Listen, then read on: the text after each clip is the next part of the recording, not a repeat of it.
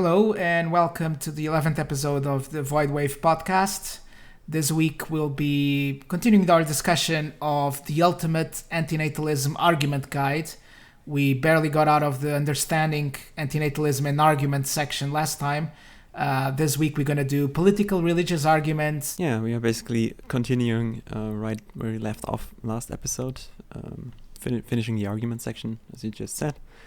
And it starts off with a little general section, which I guess is supposed to mean that these are general arguments you can make from a political or religious perspective, which hold true for any kind of political position or religious position you might hold.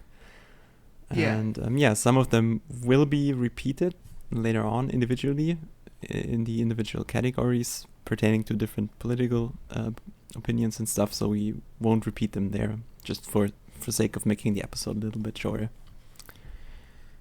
Yeah, so the general argument is that, children will suffer in a world where kind of there's injustice, there's power disparities, there are things which that child will have to abide by, which they might not agree with, and, this doesn't matter what are your political beliefs. Essentially, there are no utopias, I guess. That's what this is saying. And so there will always be compromise. There will always be a child who living in a situation which is not of their own choosing, power structures or social relations which they haven't chosen. And then it kind of goes into, I guess, a bunch of different political positions. All of them you can find on those quadrants of political spectrum, right? With the 4 quadrants. I think that's what they base this on, where you have like authoritarian left and libertarian left, authoritarian right and libertarian right, and then center position as well, curiously, which has its own issues. It does start with leftists and anti-capitalists, and it states that it is immoral to create more people who will be exploited under a capitalist system by becoming wage slaves, or exploit others by joining the bourgeoisie or becoming class traitors. And it basically states that, since we don't know if the world will ever kind of achieve kind of the communist/socialist utopia, then, you're just bringing kind of more people into this world where, they will be subject to capitalist social relations, whether they're on the top or on the bottom. Yeah, I think like the first thesis is something I can get behind, that if you deem like the capitalist system of production, which we have right now, is deemed unethical, then consequently it is also unethical to put a child into that system, which will have to live in it, participate in it, and be exploited by it, right? I think that's pretty much a no-brainer if you're coming from an antinatalist position in the first place. And I also think that there is like a revolutionary potential there for antinatalism. This is something that, to my knowledge, only Julio Cabrera mentioned in one of his talks, which is available on YouTube, I think, where he mentions that that there is an opportunity to use the reproductive functionality of your body for political leverage, in a sense. And we've only seen this so far with the birth strike movement, which started in the UK, I think, which was in a more of a climate change related political, which is more of climate change related political activism, but that is also political, I'd argue, right? Yeah. And a counter argument I would make against that, like using your, like basically trying to hold your politicians hostage by denying them use of your body to produce more citizens, more subjects, is that as long as this is not a global thing that a lot of people are doing, there's always the option for the ruling classes, which most of the time they'll do anyways because it's cheaper, is to import labor from abroad or outsource production into other countries altogether, which kind of weakens this tactic. Or even. But nonetheless, I think, yeah. Yeah, or even outsource consumption, for example. Oh yeah, that's also something in that thing, of course. Which we see already happening with the rise of China, which first was just a source of kind of cheap labor, but now it's a market as well, right? Yeah. And this is just the natural flow of capitalism, I would say. So bird strike is either universal or very ineffective. There's also the situation where bird strike happens now, but as soon as it ends, all right, as soon as somebody let's say conditions improve somehow, and people say, okay, you've met our demands, we're gonna reproduce, right? And then if things change back, you cannot unbirth. Yeah, that's true. Like the kids are there. Yeah. So it's like birth strike is I wouldn't even call them like an antinatalist movement as such. Like if anything, they're more a kind of conditional antinatalist movement, I'd say, which we touched a little bit on in the last episode when we were discussing the general arguments. Mm-hmm. More on the left-wing anti-capitalist arguments that we don't know if the world will ever become socialist or communist. I think that's true, even though Marx would probably disagree with that. Like when you read his stuff, like he makes it almost sound deterministic in a way, right? Because of the way he analyzes history, and he sees, okay, there's this continual movement from feudalist property and production relations to capitalist relations, and he extends that into the future and says, okay, the next step will then be the communist relation, which then abolishes class society altogether. So there's maybe a little bit of a teleological tension there, like in terms of how deterministically this is. But I think it's reasonable to assume that capitalism will eventually be supplanted by another system. Like I don't think any kind of mode of production is made for eternity, and that's certainly also true for capitalism. Yeah, especially one that has so many internal contradictions and that goes through so many crises. And let's say it's been amazing to watch capitalism adapt throughout the ages and kind of survive one crisis after another, and kind of fight back its critics, and by saying no, you see, we've now we turn to financial products, right? Or we've managed to detach capital from actual labor in some cases. But it will meet its end sooner or later.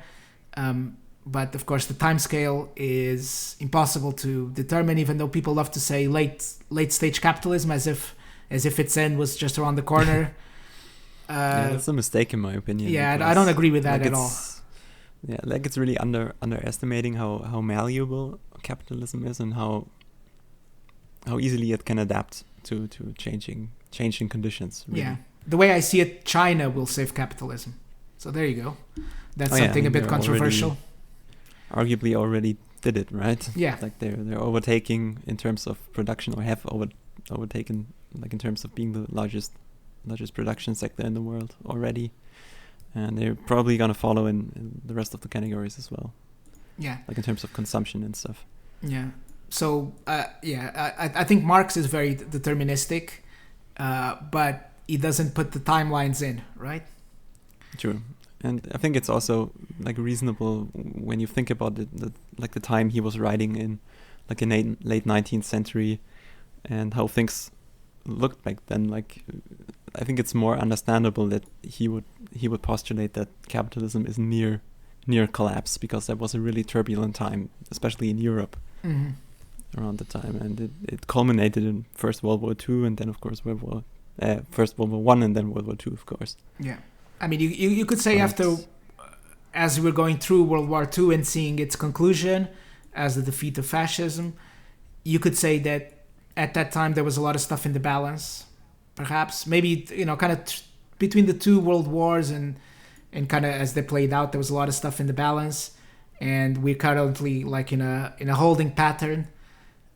Which is exemplified by American presidential elections, and where you have a sort of a candidate that just kind of is trying to stop time in a way, or any kind of movement one way or another. But yeah, so antinatalist arguments from a left / Marxist / anti-capitalist perspective, Yeah, I would agree with this text, to say that, there's no guarantees of nothing for your child or for your child's children themselves.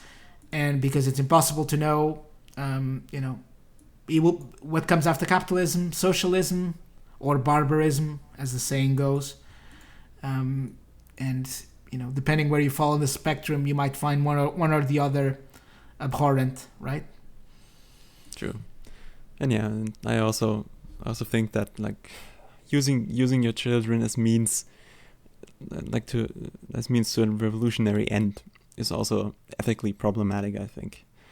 And like we touched on this a bit in our episode on Children of Men, where there's one of the factions in the movie is basically trying to do that, even though that's a little bit of a special case because it's a special kid. And yeah. But yeah, in general, I think you shouldn't instrumentalize your children to political ends. Yeah, and they give two good examples, of two presidential candidates. One of them who's now probably going to be the vice president of the United States. They had parents who were Marxist. In the case of Pete Buttigieg, he had his father is a very prominent Marxist scholar, and his child is basically a neolib who's worked for McKinsey, I think, and is very much kind of a neoliberal, loves capitalism, capitalist with a kind of somewhat progressive social values. So, if his father had any idea of his son following in his footsteps of becoming a Marxist, well, that didn't happen, right?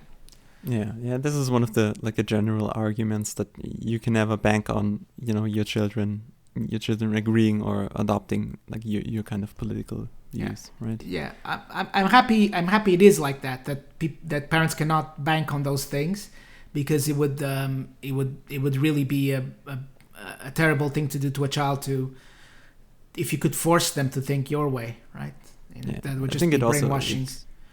It's just logically it doesn't make any sense, because if that were the case, then we would still believe in the same kind of stuff that our cave dwelling ancestors would believe in, right? If this would be a deterministically a fixed thing, based on whom you're born to. Yeah, and this is just not the case. Yeah, and of course, if that happened, there will be no antinatalists, right? True. Unless antinatalists are probably the best example of this not being the case, because every antinatalist also has parents, of course. Yeah. Who presumably were not antinatalists, at least at the point of when they made the decision to have a kid. Yeah, I mean, in the current age, you can say that say for example, in our case, there would have been access to some kind of birth control method, either post-conception or before conception. So our parents were definitely not antinatalists. All right, let's move on through this list. It kind of goes through. They talk about social democrats in a sort of very small paragraph. Not very strong arguments though. Yeah, I mean, it's mostly about the welfare state, and that there is no guarantee that these welfare programs will stay intact. And I'd agree with that. And in fact, right at this moment, we can see that the welfare state in most countries that had one had been cut back significantly over the last couple of years, or decades even at this point.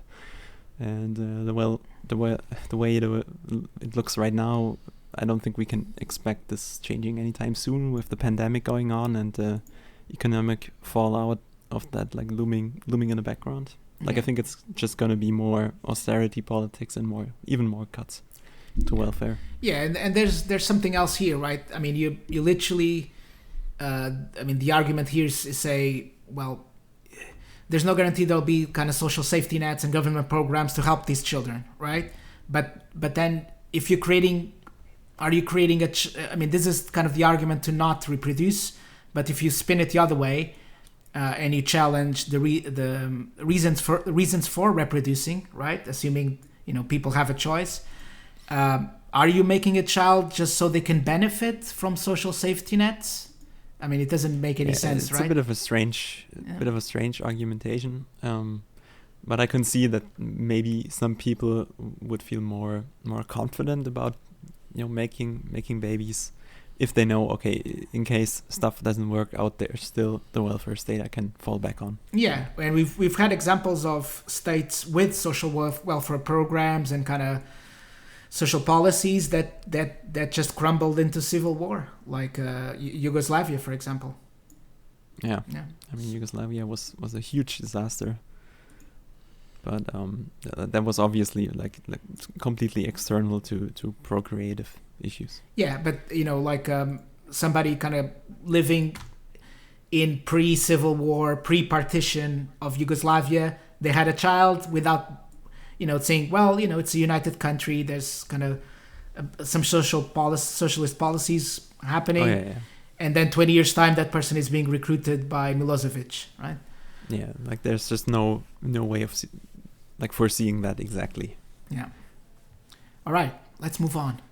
The next category is libertarians, left-leaning, so kind of anarchists, kind of left anarchists. Yeah. Socialist libertarians, more or less the same thing. Yeah. I say more or less, but yeah, we don't really need to go into that too much.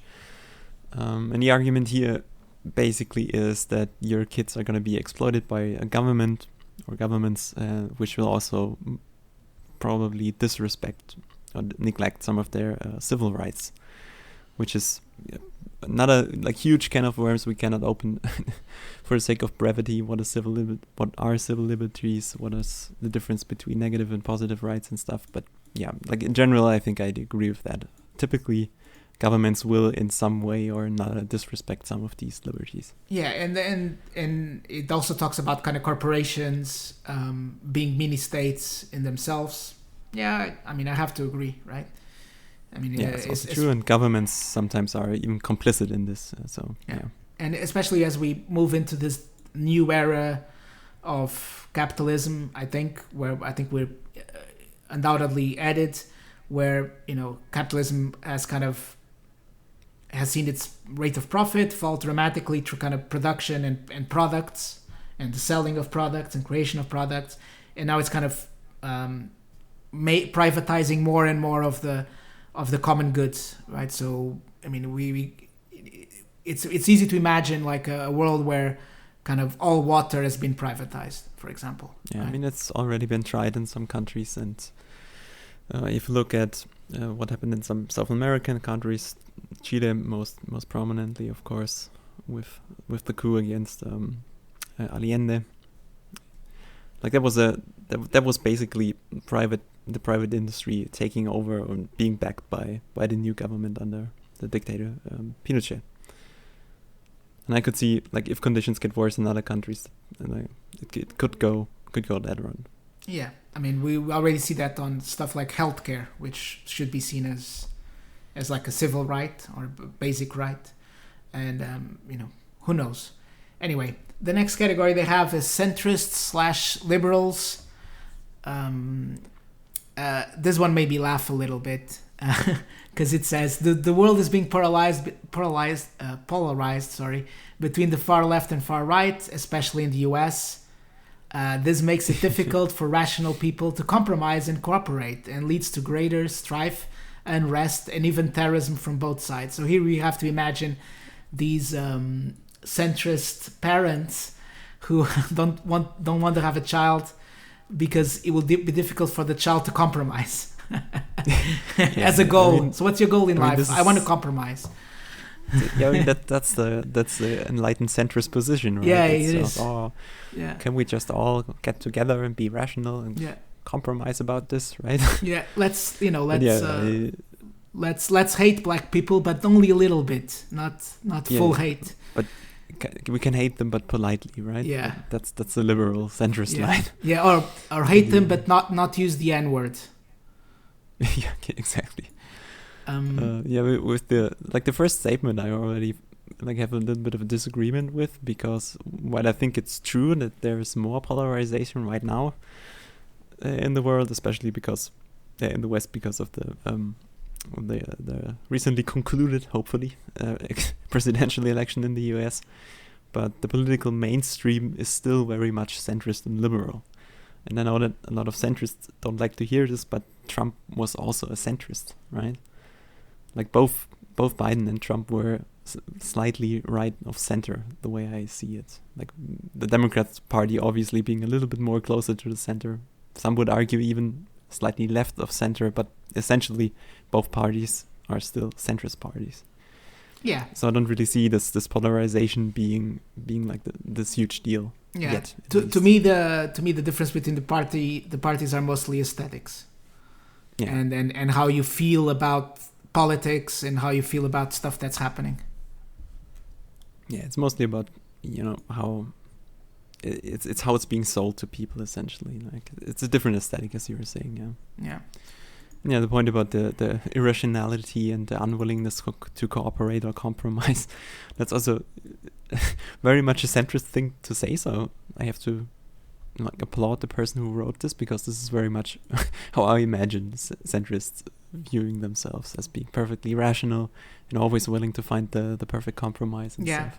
In many ways, instead of centrists/liberal position, you could say this is the position of people who like to think that all their arguments and thoughts are very rational, and you want your child to come to a rational world, but then all these people are being super emotional, right? The far left is being super emotional, the far right is being emotional, and you just want your child to to grill, first of all, and to secondly just being rational about things and kind of detached, which is, here it's expressed through politics, but it mostly just a kind of an artifice to facing the world, and a kind of a buffer against a world that is not rational at all. It's causal, but not rational, if that makes sense. Yeah, like I think the assumption that people just by virtue of being like father to the left or father to the right of you being automatically irrational is not really true. It might be true, but it doesn't necessarily have to be true. Like maybe they are just disagreeing with you because they may have different interests than you, and if you or the parties which you vote for and which you support, doesn't offer these people anything worthwhile, then of course they will be reluctant to cooperate and compromise, right? That position. Yeah, and there's no far left in the U.S. Okay, that's it. There might be one, but it's not expressed politically or in the political arena. It's not expressed really politically. There's no party for it, of course, and there's just like most of the discourse around like far left politics is more about culture than it is about politics. Yeah. Okay. And I don't think this is changing anytime soon. All right. And the last point in the centrist liberal category is the threat of terrorism from both sides, which sounds like it was straight up jacked from Trump. Yeah.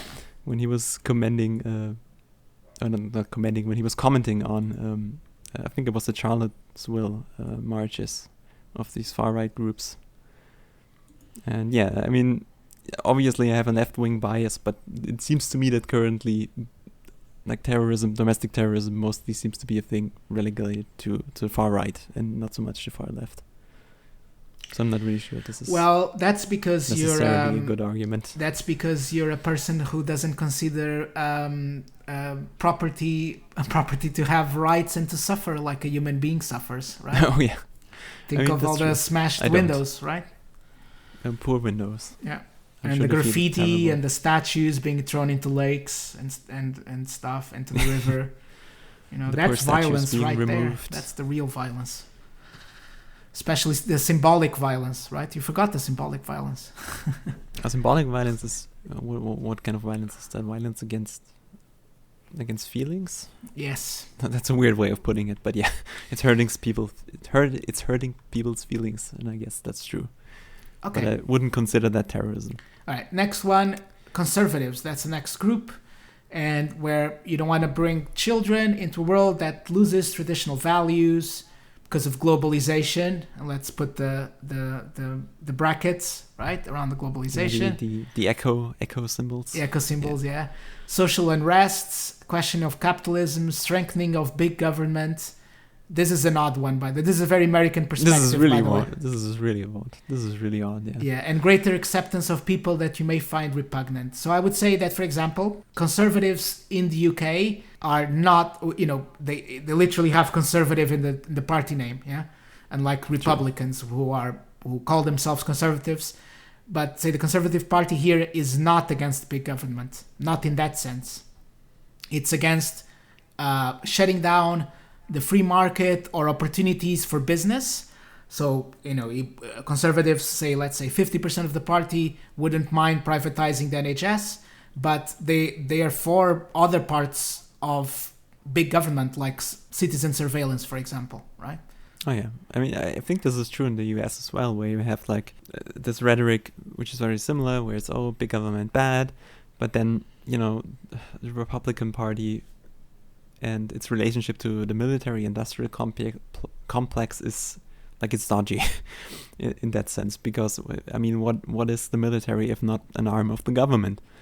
And the United States military is really, really big, so you could make an argument that is big government, right? Or at least part of it. So this is already a bit strange. Like a lot of police departments in the United States have bigger budget than most militaries around the world, like country militaries around the world. So that's big government as well. I mean, what's the police if not part of the government, right? Enforcing the state laws. And then he talks about a lot of kind of conservative dog whistles and kind of these myths about the Marxist schools and teachers. Imagine having a child and sending it to university, paying money for university, and then your child learning all this Marxist stuff at university. Marxist stuff. I wish I learned that at university, but I didn't. I had to teach that myself. Yeah. I went to like an art school, which should be a hotbed of Marxist and leftist thought. Yeah. And the most progressive stuff I saw there was just, I would say, a general acceptance of, say, homosexuality. There was like, it was accepted. People were out of the closet openly and were not being discriminated against it. And that was it. Yeah. Like it's more about the cultural things more than it is about the economic things, like in terms of university climate and like the what do they call it, like cultural Marxism, quote unquote, right? Like it's really more about the culture than it is about economic issues. I would say though, for this conservative perspective, conservatives are, even though they're in power in a lot of places, I mean I would say even after Biden takes the White House, the conservatives in the US are still going to be in power, in my opinion, because controlling the Senate and kind of how they control, the media, a lot of the media, they have very powerful figures like like Murdoch. Here in the UK, there's a joke that goes that Murdoch is our longest serving prime minister because he can control. That's kind of true. Yeah, he can control who gets elected, right? In a way, by smearing candidates and this controlling the media in that fashion. And even though conservatives are in power in a lot of, say, the first world, they love to play the victims, right? That's a big thing.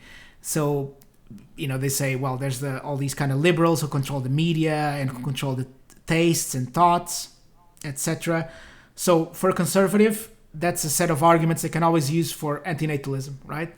Because they like to be the victims even when they are in power. They're the victims when they're not in power. So your child will be a victim as well. No matter. Yeah. It doesn't really matter. Yeah, the only point of tension that I see here is when you try to make this argument to a conservative that this loss of traditional values and the quote unquote cultural degeneration that's taking place is an argument against making kids. Is that I'm not sure if you're exactly promoting traditional family values by not having kids. Yeah, right? It's like the opposite. I see it as a bit of a contradiction. Yeah, and so I'm not sure this is really a good argument to convince a conservative. And they would say that what's a woman's purpose if not to bring children, right? Yeah, it's not just traditional family values, it's also like traditional gender roles, and right. I can see a hard time like this being convincing to a conservative. Okay, so the next one is about right-leaning libertarians, or as they're also known, anarcho-capitalists, right? Which is a movement, which I think only really has expression on the internet. Let's be honest. It's not really a school of economics that has any kind of institutional backing, as far as I know. See, that's the reason for it's them very not to have fringe. kids, right? They're being ostracized. It's not that their ideas are futile. crap, it's that they're being ostracized and censored. Yeah. It's a big government again. Yeah, But- the big yeah. government. That's essentially the argument here as well, that taxation is bad and governments regulating the economy is bad, and that's why you shouldn't have kids. Actually, these arguments might work with an anarcho-capitalist, right? They might, yeah, Yeah. because it's of course true that there is taxation and the government is regulating the economy, and none of these two things will go away anytime soon. So if that is a convincing argument to an ANCAP, then go Yeah. ahead. I think with Don't have kids, an ANCAP, please. you can just say, well, the only thing sure in life is that in taxes, right? Yeah. Do you want to That's awesome. subject your child to death in taxes? Which, for an ANCAP, they're probably both equally as bad. Sorry, I didn't mean to straw man, but they talk so much about taxes that you think that that's the worst thing ever. So I think just in general, it's safe to assume that most people would think of death as bad. So it's not a big straw man. I guess you can think of some pro-modalist ANCAPs out there, and if there are, we apologize. But yeah, and I think the other argument they make is that anarcho-capitalists are big on personal freedom, right? And having a child, this is a child-free argument, by the way, not an antinatalist argument, is having a child is a set of responsibilities and kind of it kind of binds you to this relationship with another person that ethically you cannot get out of. Yeah. yeah, like this is an argument that got a little bit repeated from the other political categories and in the general section as well. That you're just not having a kid like frees up some resources, be it time or money, for you to be more politically involved. And I think that's certainly true, like regardless of what kind of political position you have. Yeah, and generally, people who made big changes to society, they needed to be people who were kind of risking their lives or their careers or their way to make money, their security, and having a child would give you would create a bigger stakes for doing those things, right? So if it's a liability in a sense. If right? you get thrown Because in you have jail, extra- if you get thrown in jail for the rest of your life and your child becomes an orphan, you won't do the thing that might land you in jail, the kind of the political action that might land you in jail for a long time. Yeah, exactly. So It's just another responsibility you have to be aware of. yeah.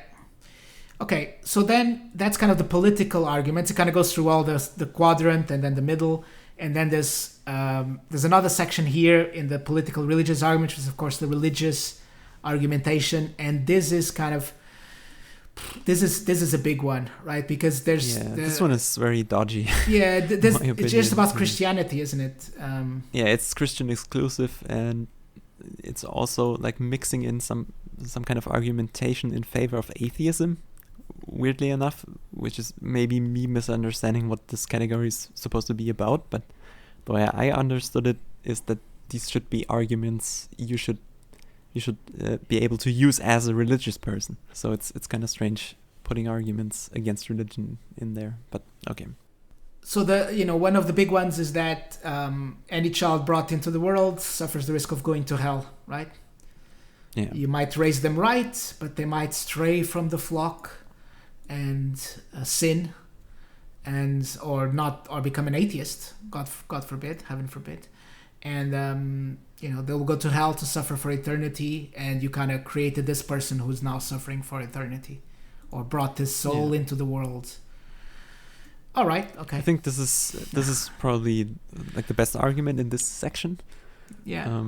Because like as far as I understand standard Christian doctrine, like the soul is created at the moment of conception, and if conception never takes place, then the soul is never created. Therefore, there's nothing that could go to hell or heaven, right? Yeah. So in creating a new soul, you're risking their eternal well-being, basically, by exposing them to the risk of succumbing to the satanic forces in the world, or whatever you want to call it. So I think that's a good argument. Yeah. Yeah, or if your religion doesn't believe, your version of Christianity doesn't believe in Satan, then just kind of worldly desires and worldly temptations, right? Right. Yeah, but of course, this argument is it's very loaded because you got like the eternal question about, before missionaries arrived in the Americas, did all those people go to hell? Hundreds of generations of people, did they go to hell because they never knew God, right? They didn't have a prophet to tell them about God. Yeah, I mean, there's also like the question of which subsection of Christianity got it right, because they obviously have slightly different takes on the same subject matter, and it's all a little bit, dodgy. I don't want to straw man here, but I know my research tells me that in Mormonism, the Mormons are kind of bound to reproduce. They should reproduce as much as possible within reason, because the souls already exist, and they're kind of waiting for a body to incorporate, I guess. And then in the world, kind of as they go through life, achieve salvation and proximity to God, so they can kind of move to a state of communion with God. So there's kind of a path, right? It starts as they are kind of in this soul waiting room, and they're kind of waiting to have a body where they can learn about God and worship Him, and then achieve kind of not godhood, but kind of communion with God. And in that sense, they're driven to make babies, right? Because it's their duty to bring more of these souls. It's like a conveyor belt, right? So they need to make more children, more vessels for these souls on their way to God. But that's interesting. I didn't know why Mormons tend to have so many kids, but that explains it pretty well. Yeah. I mean, to me, this is as fanciful an idea as any of the other ones associated with Christianity, anyway. But even for them, the idea about hell, or if they don't believe if it's a version of Christianity that doesn't believe in hell, just the idea of not achieving communion with God. That's kind of a universal argument for a lot of Christianity, unless you start. At least And of course, there's also Christians who are antinatalists, but I think that's for another episode, because they're not even mentioned on this. That's one of the big downers here. That even though this is an exclusive Christian kind of section here, there's no mention of these proto antinatalist Christian sects that existed throughout the Middle Ages and prior to that in Europe mostly. Yeah, they still exist in small groups, I think. Yeah, but it's very fringe, but like there's this whole section about where there's a couple of Bible passages being quoted that encourage procreation, and which supposedly reflect on the desires of the parents, and a statement that a religious text like the Bible, which is centuries old, of course, is an outdated foundation to base your morality in, which is something as an atheist I agree with, but again, this is not really an argument for religious people here, right? This is more of an atheist argument. Yeah. So I'm not sure this really belongs into the religious people category here. If anything, arguing like that would entrench their position. Yeah, exactly. If you tell them, look, you can't guide your life by a 2,000-year-old book, they'll say, no, yes, I can, because it is 2,000 years old, right? I mean, you're just kind of running into a brick wall with that kind of argumentation. Yeah. But you could quote the Bible verses that are against procreation, which there are quite a few, and True. They probably could be mentioned here as well. Yeah, I also was a little bit sad there was no discussion whatsoever of like the inherent pessimism of the Christian faith, and like its inherent apocalypticism, I guess you can call it, where like there's the idea of Judgment Day, of course, and then when Jesus returns to earth and the people are judged and go to hell or heaven. And I think you could make a case for a kind of anti-natalist Christian accelerationism in a way. That if more and more Christians would stop reproducing, that this might accelerate the end of days and the judgment, of course. Yeah. And there's really no discussion of this whatsoever. And then there's also this weird interjection about neither international political action being able to being able to fight like the evil that humans are causing in the world, this is about what is known as the cultural mandate, which is from the book of Genesis, and it's the passage about be fruitful and multiply, of course. And the way it's interpreted here is that humans are supposed to be like these stewards or protectors of Earth, essentially the managers of Earth, the Karens of Earth, and that in actuality we're a pretty destructive force on the Earth, and that therefore we have failed God's cultural mandate, and this therefore doesn't apply any longer.